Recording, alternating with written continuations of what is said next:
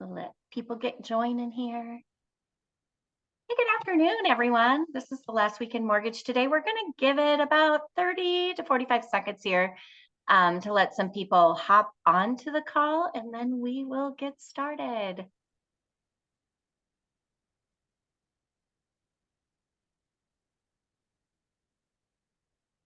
It looks like it's a nice day there today. Is it Here? nice? Is it sunny and really cold? It's nice. We had some like sleet, ice, snow yesterday night, but it all melted, so Yeah, nothing stuck. So that's like just the street. So it looks like it's snow, but it's really not.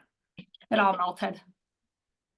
that's good. We have cloudy here today. We had a really nice sunny day yesterday, but it was cold. It Yeah. was that tends to happen up north when it gets nice and sunny in the winter. It means it's really cold outside. But yeah.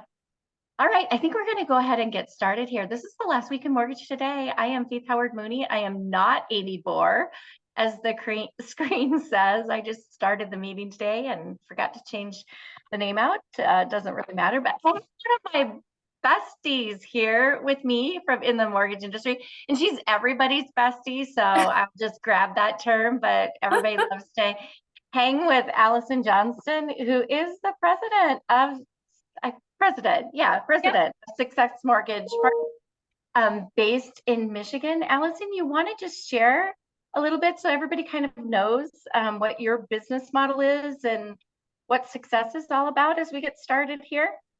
Sure. Our business model is retail. We do 100% retail. We're in about 42 states, pending in 2. We are pending in the beautiful state of New York. So we're only 9 months in, probably to a 5-year process. So we're all retail. We're primarily purchase, right? Of course, our model's changed a little bit based on what year it is. But we are looking forward to soaring in 2024. That's kind of been our motto. And we are, kind of all over the map as far as the states that we lend in. I'm trying to get us to put a branch in Hawaii so that we can at least have some site visits there, but not sure that that's going to happen next year. But we have a great group of people that have worked here. I've been here almost 11 years, but I've been in the business since 1992, and I always joke that I started as a kindergarten co-op program, but I am that old. So 31 years in the business, and pretty much that's about it. Yeah, great group of people. Obviously, Success has been involved with us for pretty early on Yeah, we were one of the first partners you guys had. in TMC, Yep. and great. You're right. You do have a really great group of people, which we'll talk about a little bit later in the show today. Sure. Talk about your culture and kind of what you're doing there. Thought we would start out by talking about the thing that everyone's talking about right now, which are we're heading into the new year, and we're talking about credit increases. Oh, And yay. Wow. Just give me a zinger right from the get-go. Jab yeah, right to the heart. So we got the credit increases. We're going through that, which we knew it was going to increase. And so we sent out notifications to our branches. And for us, just like many companies, we're in our P&L all the time, right? So we're trying to figure out how much that's going to affect our P&L per month. Because as you know, especially in 2023, we ran credit on a whole bunch of people that we couldn't close on. So we did a lot of different things, right? Soft pulls, which is now going up significantly, like 3 times the cost.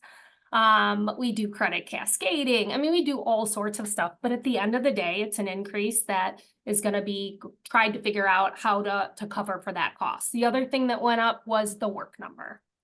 So the work number was something else that has gotten pretty expensive. And typically you pull 2 of those, when it first goes into underwriting for one borrower, and then 10 days prior to, although Fannie's made a couple changes, maybe you can use a pay stub or something like that. But yeah, so we've done that announcement, and we pass through the work number fee. So we do disclose it. And we did shut off the ability for the loan officers to order the work number on loans that don't have applications. But okay. just so you know, there's a loophole in Meridian Link. So if you guys use a a vendor that has Meridian Link, our loan officers did find a workaround. If they go to the add-on services, they can still order it even if they don't have an application, but that is supposed to get fixed the second week in January. But really just to try to figure out when we look at our P&L, how much is it going to affect? What do we have to renegotiate and those type of things. Yeah, yeah, for sure. There are different people. Some people are now charging for credit upfront or Yes. incorporated it into their application fee. I know there have been various strategies talked about amongst the lender members within the Yeah, TLC. you can charge for it. I mean, there are some states that require an advanced fee agreement that the borrower signs. We have had some people interested, some loan officers in charging it. So we are looking at that, but it's still, I mean, even if you charge on some of it, they're not going to charge on all of it. And with Fannie Mae now coming out with that you can use a soft pull just in time for the increase, thanks Fannie Mae, although we do appreciate them. And that's not their fault. But we do think that our soft pull bill is going to go up significantly. Yeah, I think everybody's kind of in that boat. That was a great solution for the last year for people in trying to reduce those costs and make them, more palatable for sure. But I think that's probably going to impact everybody. Fannie Mae did do something else or created something else that I think will be helpful for people out in the marketplace that I didn't know about. So Yeah, share. the income calc, they came out with some income calc. I don't think it's available just yet. We just met with Fannie Mae the other day and they brought up this income calculator that will rep and warrant like for self-employed borrowers. I would assume it's kind of like Loan Beam or some of those other ones. There is a fee right now, but they said that there might not be a fee later on. So we just learned about it the other day and that's pretty interesting. We'll see how it goes and then it'll rep and warrant the income, which is good. Yeah, and trying to make things easier for people, I think, as well. So obviously in the industry or in the environment that we're in right now, there are a ton more people that are harder to qualify. I think you get people that you're having to calculate their income differently a lot of the times on an We see application a now. lot more variable income that we've seen in the past, Yep. right? It's a little harder to calculate, but for our business model, what we have seen is an increase in down payment assistance program loans. And rates have come down a little bit, but in some cases it makes sense. So just to give you an idea, in some months we might swing 10 to 15% DPA. In normal markets, we might be 2 to 3%. So just maneuvering through that and you got to pay the loan officer their comp and all those things that come with doing DPA loans, which we have to do to support the communities, which we do. Yeah. And I think you're going to see more of that this year. I mean, it's just the environment that we're in. If you are capturing more of those first time home buyers, sometimes the biggest piece of qualification that people have a hard time with is down payment. It's actually 100%. having the dollars in their account. So I think that DPA is going to continue to be a big thing in 2024. Especially if we get some more housing out in the marketplace for those first time home buyers, more affordable housing. I think we're going to You're see that more 100% and more. right. I mean, I have a 24-year-old at home that keeps telling me he's going to move out. I'm like, where are you going to go? And what can you afford? Because you're not paying rent right now. So I don't know what you think that's going to look like in our area. But, I think those first time homebuyer DPA programs are great. And they have them in all the different states. It's just sometimes it affects a little bit on the profitability of the loan. Right. However, some of the agencies, and I'm not recommending this, I'm just saying this, some of the DPA authorities don't cap how much you can charge for underwriting. I'm not saying overcharge people, but I'm just saying if you can offset that cost a little bit. Yeah. Iris Sullivan has a great idea for you there in the chat. You're supposed to build an ADU for your son. Oh, look at that. Look at that. Look at that. I think my kids are like, so when you move out, do we get who's moving out? I'm not moving out. You guys are all going to move out. Ira, do you have room for an ADU? Maybe she could build an ADU there, or you could build an ADU there and she can send her son She can send Oh, her I got son. a couple. You don't have to, you can have my daughter too. My other one's just graduating high school. I got a few of them. It's like get one, get two for free. Fantastic. I'm sure there's somebody on this call. If you want that, raise your hand. We'll do the connection with Allison. 203K has some proposed updates. They do. Yeah, From increasing rehab costs from 35 to 50, 75 in high cost areas, number of days, I think it's from 15 to 30. For major renovations, consultant fees to be included in, the financing, rehab periods to go from 6 months to 10 months. And then the initial draw, you can usually do 50%. They're saying now 75%. So, that is a positive. In my personal opinion, I'd like to see that a little higher because, I mean, that's great that they went to 50. You could probably get a kitchen maybe, but at least they're positive changes, which is good. yeah. And do you see in, the markets and your team support? I've seen various things. So I'm just going to ask because I've seen places where it said that, reno is not projected to be greater next year at all. And then other places have kind of swung the other way. And I'm seeing some things that people are kind of still going to continue to stay at foot a certain percentage. Mhm. And reno is proposed to have a great year for 2024. Kind of how do you feel about that and what are you seeing in the markets that you serve?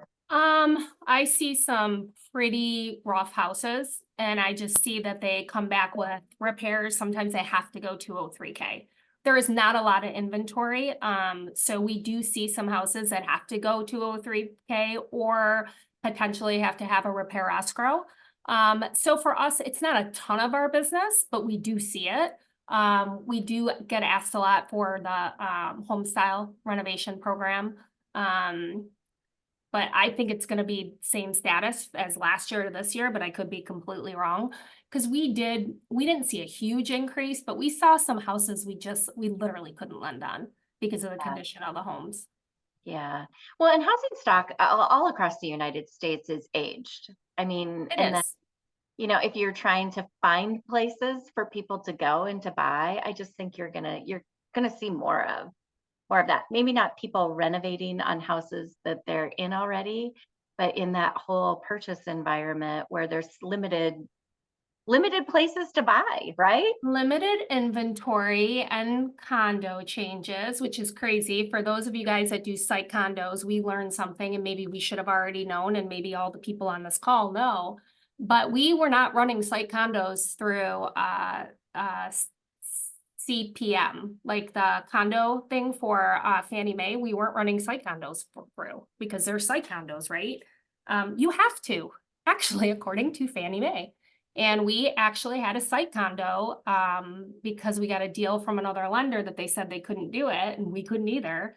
But if it says the site condo is unavailable, you cannot lend on that per Fannie Mae for a site condo.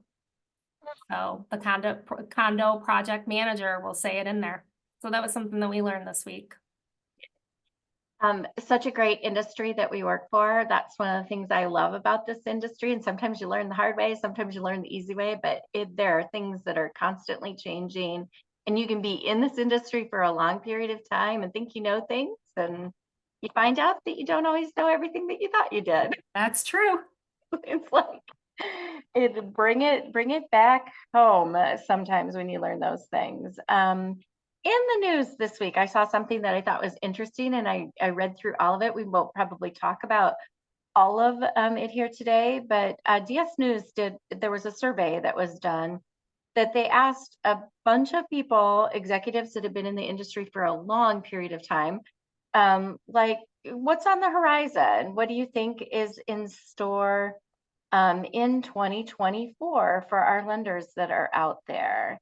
And one of the questions that they asked that I know that culture at Success is a huge thing. And it's been a huge thing way before COVID. I mean, you always had a focus on a specific culture and getting your team involved. But one of the things they ask these people is, as the need arises for skilled professionals in the mortgage space, what incentives are being offered to retain these valued individuals and attract them into your company?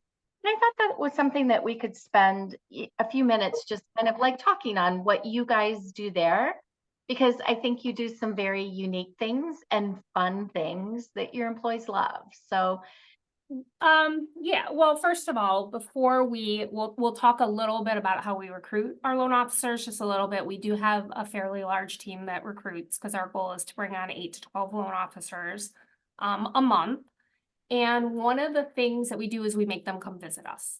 We want to spend the time with us 2 days. They come and spend time with all our managers because we have a motto that we only go with people we like, know, and trust. And we don't want to bring on a producer that doesn't fit our culture, right? It doesn't matter how many loans that they do. We're in a position where it might not be a good fit. And we want it to be a good fit for them too. Because really, if you look at the cost of bringing somebody on that might not fit, right? It's time, it's money, it's energy, and then everybody leaves and it's not a good taste in anybody's mouth. But we recruited 40 people last month. We were able to get, unfortunately, an IMB had gone out of business and we had received many branches and some loan officers, but it was acclimating them into our culture. One thing we are good at is just making connections with people because we truly, really do care. And I would say we do simple things well. I mean, we have the same products, probably have less products than some people. We don't have a construction program, and there are some things that we definitely don't have, but we always call people back. And I know that sounds ridiculous to say, but if we say we're going to call you back at 2 o'clock, we call you back at 2 o'clock. We tell them the truth. Like, this is what it's going to be like. This is what the pricing is. This is the products. This is what it looks like. This is if you want to be a branch. This is why you shouldn't be a branch, those type of things. But I think the other thing too is we just vet them very well to make sure that it makes sense. And one thing that we've heard from recruits, because we have account executives that we started years ago that just call in and temperature check the loan officers, because we're really not heavy management. We don't have a sales manager. We just kind of all participate in how they're doing. But one of the things too is, let's say we've got a problem, we're picking up the phone and calling, we're not sending an email. And our company, as a policy that we put in years ago, you cannot go back and forth more than twice on an email. I love You that. have to pick up the phone. So we've been very diligent about that. And those are simple things. Those are really simple tasks that we just do really well. And that's how we're able to retain and recruit people. And we really don't lose a lot of loan officers. And on our ops side, I mean, we still are work from home, not all of us, but some of us. There is a desire for people to still want to work from home.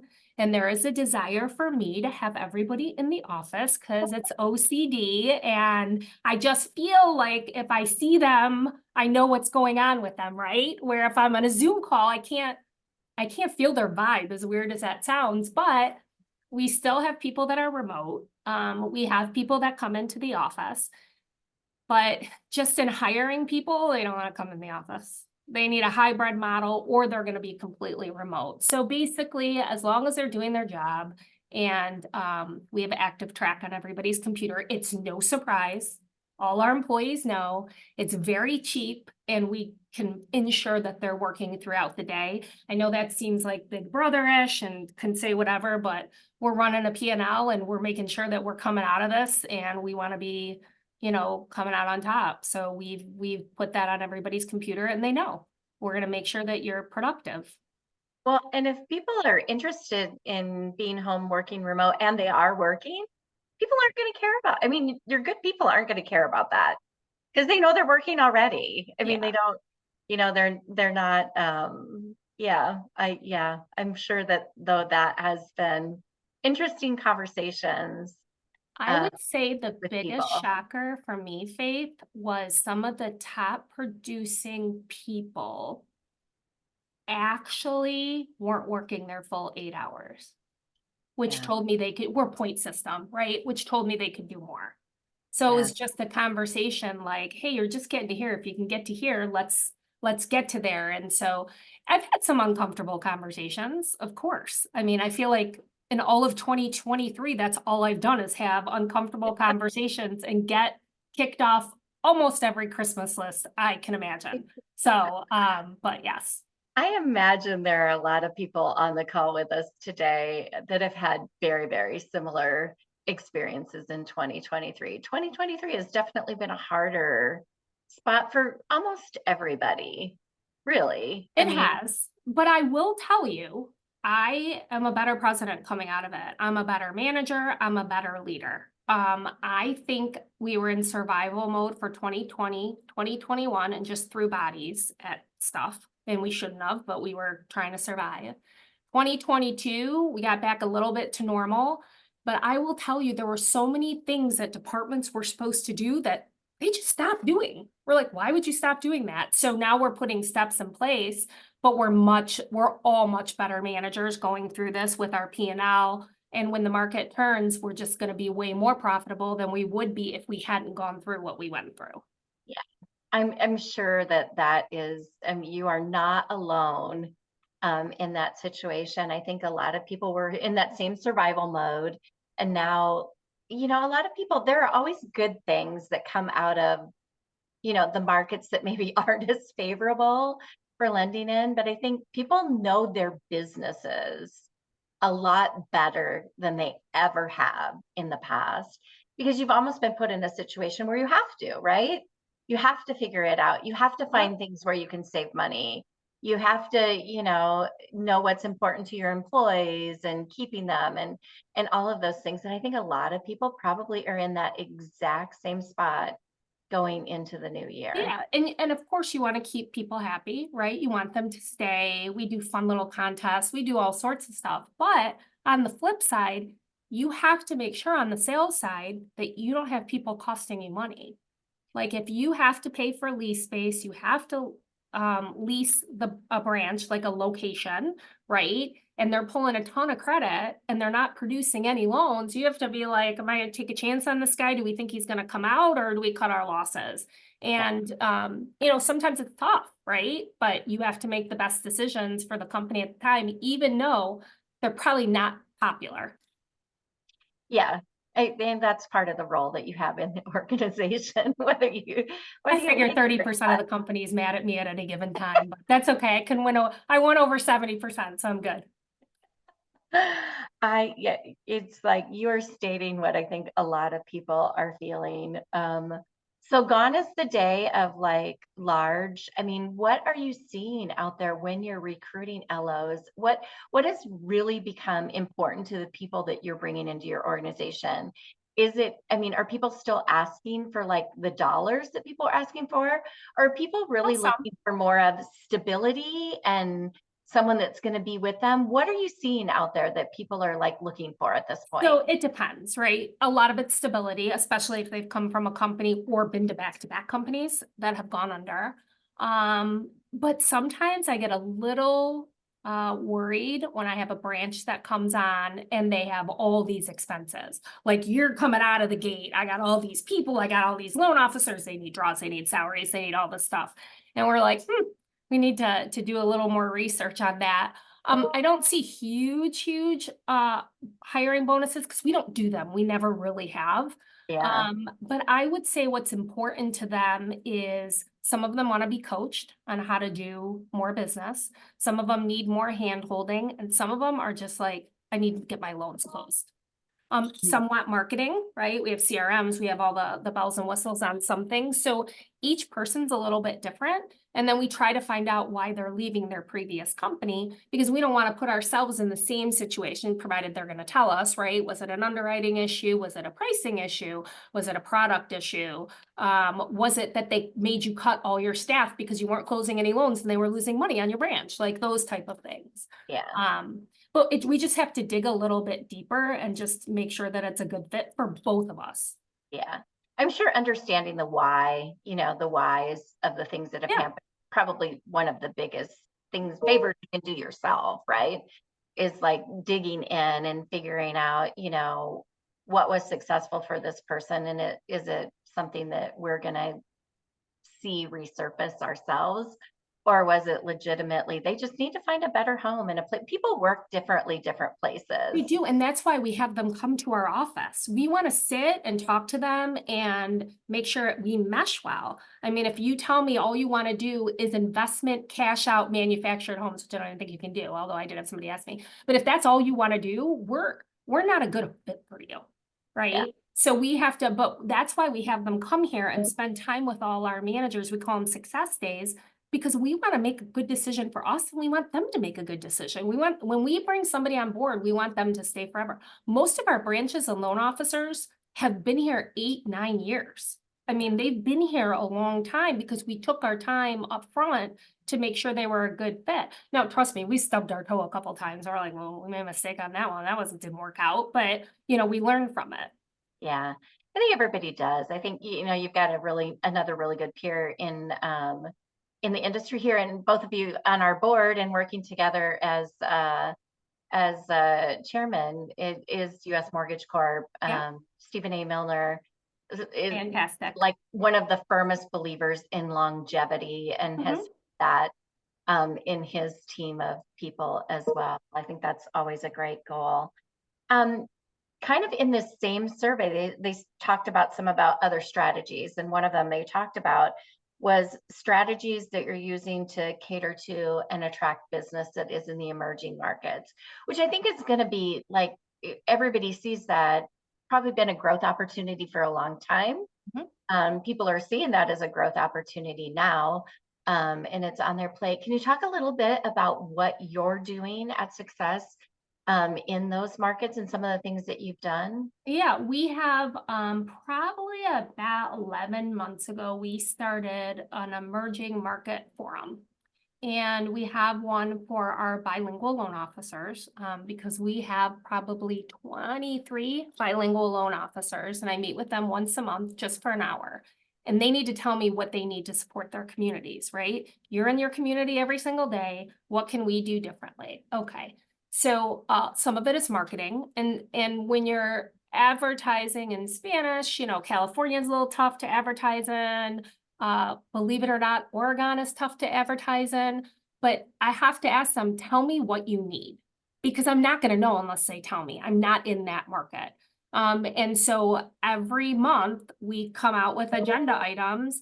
We go through them, and some of them I can't do. Like, I can't give you an application in Spanish. I can't do this in Blend or whatever it might be. But the other stuff, we've made a lot of headway.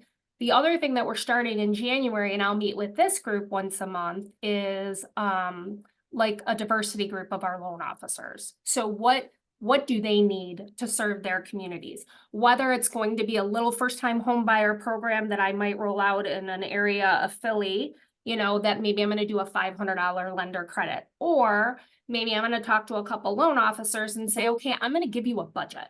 And this is what your budget is, so that you can use that budget as you see fit to belong to whatever, trade associations or whatever that you need to be successful. So kind of opening that door so that we can make the changes as we need to. Right. And how is that? I mean, how do you see serving those communities? I think of it as it's very different than maybe your other more traditional business. So are there things that you're having to do for them that's different? Well, I mean, there are some, right?